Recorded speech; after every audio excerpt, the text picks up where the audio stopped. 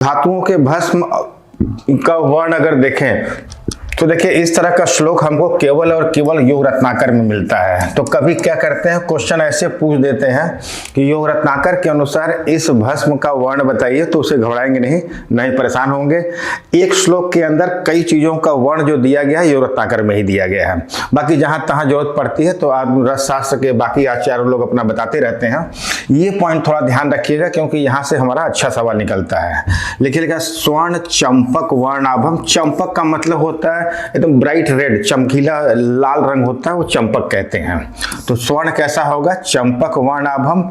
कृष्णत्वम, कृष्ण वर्ण का क्या होगा, तार लिखा है और ताम्र लिखा है। तो ध्यान रखिएगा तार हम किसको बोलते हैं, रजत को बोलते हैं। रजत का पर्याय क्या होता है, तार, पर्याय मिलेगा अभी देखेंगे। और ताम्र हो गया। तो श्लोक से ही याद करना बहुत इजी होता है, इसलिए हमने इसको कह सकते हैं टेबल फॉर्म में नहीं दिए हैं, यहाँ से आप इसको याद करिए। और दूसरा ये भस्म का वर्ण है, और जब आप इस तरह श्लोक में याद किए रहते हैं तो आपका दिमाग तुरंत स्ट्राइक करता है कि अच्छा जो श्लोक वाले में दिया था वो क्या था, धातुओं के भस्म का वर्ण था। ठीक है।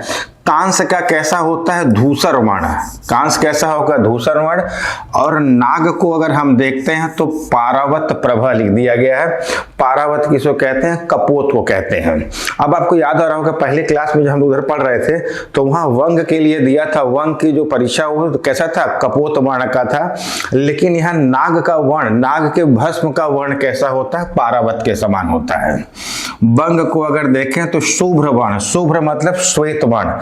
तो वंग शुभ्रम आयाति तीक्ष्णम जम्बू फलोपमम, जामुन के फल के समान, जो जामुन जैसा काला। अब जामुन के फल को एकदम काला भी नहीं कह सकते, नीला भी नहीं सकते हैं, ये डार्क काला नीला लिए हुए। तो इसकी तुलना किससे कर दी है, जामुन फल से कर दी है। अभ्रक के भस्म का वर्ण देखते हैं तो इष्टिकाभम।